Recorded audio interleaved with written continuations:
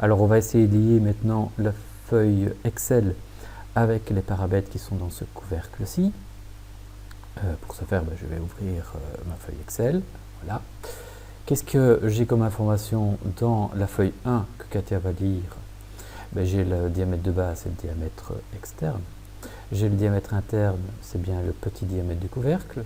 Il me manque encore le diamètre du trou. On va préciser, donc c'est en millimètres, il faut absolument préciser que c'est en millimètres. Voilà. Il doit aller chercher donc une valeur quelque part, qui va aller chercher donc dans le calcul couvercle. Alors, calcul couvercle a besoin d'un diamètre de base, et puis ensuite, il va calculer le diamètre de trou. Par exemple, on va dire que c'est le cinquième du diamètre de base. Comment va-t-on faire? Pour ne pas devoir à chaque fois redéfinir le diamètre de base, on va aller le chercher. Donc, je vais simplement dire, je fais une copie du diamètre de base encodé pour aller le mettre dans la base. Pas n'importe quelle copie, je vais coller avec liaison, de manière à ce soit guidé. Et puis ensuite, là, je vais faire mon calcul, c'est le diamètre de base qu'il faut exploiter, divisé par 5 pour avoir le diamètre du trou. De cette manière-là, déjà, ici, si je change le diamètre de base, tout se recalcule dans le calcul bol, et dans le calcul couvercle, on réadapte le diamètre de trou.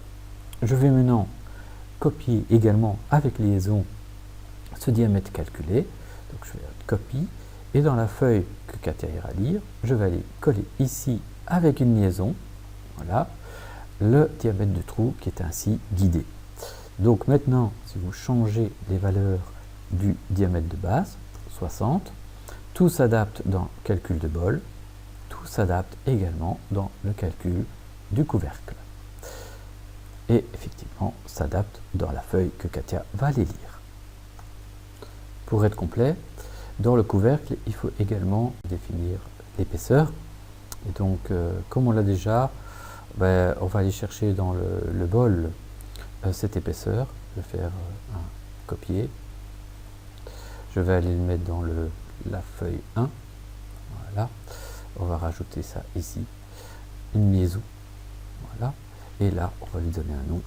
Épaisseur bol exprimé en millimètres. Voilà, ça c'est complet. On va pouvoir maintenant faire le lien.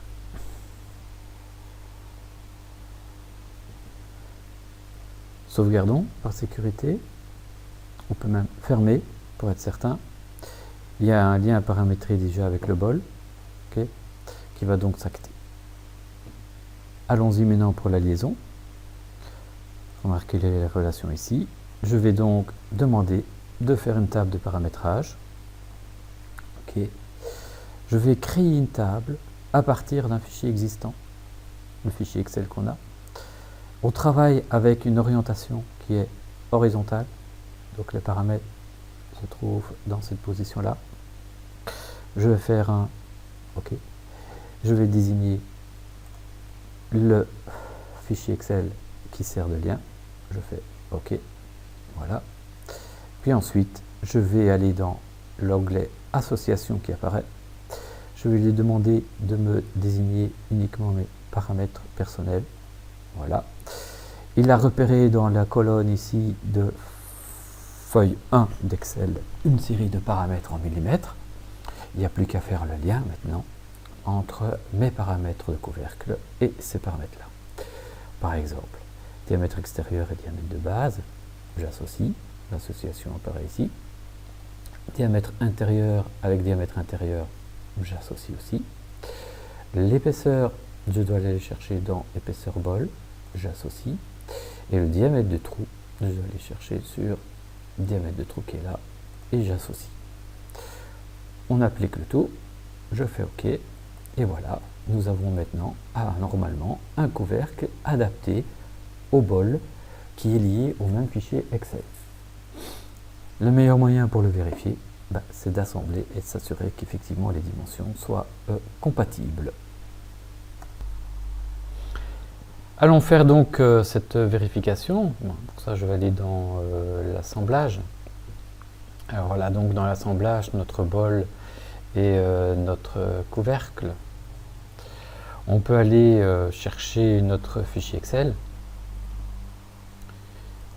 Ouvrons-le. Nous allons voir si maintenant nous arrivons à guider via la cote de diamètre de base. On va faire 120 pour effectivement acter la différence de taille. Je fais Enter. On sauvegarde. On ferme. Voilà. Directement, il réagit à différentes tables de paramètres. La 3, la 1. On aurait pu les dénommer plus clairement dans chacun des fichiers. Et on voit qu'effectivement, il veut s'adapter.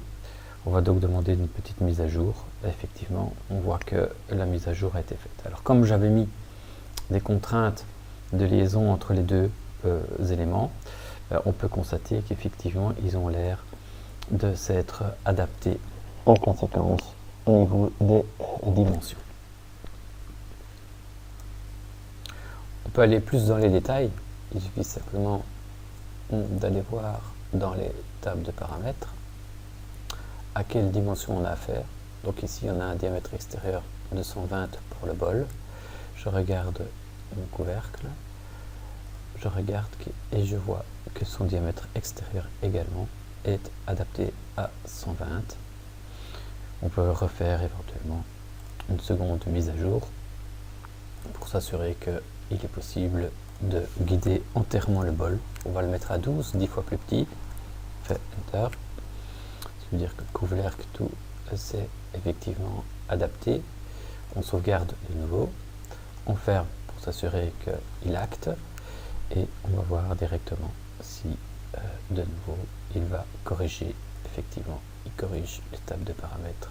On va faire fermer. On va mettre une mise à jour. Le bol est devenu tout petit là.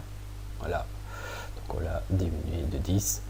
Et effectivement, on voit que les diamètres extérieurs se sont adaptés ici et là. Donc, pas de problème, tout marche.